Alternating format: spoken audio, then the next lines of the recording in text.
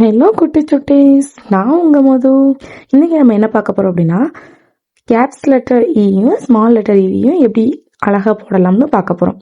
அதுக்கான பேசிக் ஸ்ட்ரோக்ஸை ஃபஸ்ட்டு நான் எழுதுகிறேன். அதை பார்த்து கண்டினியூஸாக எழுதுங்க, ஓகேவா? நான் ஆல்ரெடி சொல்லி கொடுத்த ஸ்ட்ரோக்ஸ் தான், எல்லாமே ஈஸி தான், ஓகேவா? அதாவது ஃபஸ்ட்டு சியும் எல்லையும் சேர்த்து போடுற மாதிரி ஃபஸ்ட்டு போட்டுக்கோங்க. அது first basic strokes. And second one என்ன அப்படின்னா, ஒரு ஓவை நீங்கள் சின்னதாக போடுறீங்கல்ல, அதுக்கும் அந்த ஓவை ஜாயின் பண்ணுற இடத்துக்கு அந்த கனெக்டிங் பிளேஸ்க்கு நடுவில் கேப் விட்டுக்கோங்க, ஓகேவா? அந்த மாதிரி போட்டு ப்ராக்டிஸ் பண்ணுங்கள். அது உங்களுக்கு ரொம்ப டஃப்பாக இருந்துச்சு அப்படின்னு சொன்னீங்கன்னா, நம்ம சி போடுவோம் இல்லையா, கேபிட்டல் சி போடுறதையே நல்லா வளைச்சி விட்டிங்கன்னா போதும். அது ஒரு பேசிக் ஸ்ட்ரோக்ஸ். இப்போது இந்த பேசிக் ஸ்ட்ரோக்ஸை வச்சு நம்ம என்ன பண்ண போகிறோம்னா, அழகாக எழுத போகிறோம்.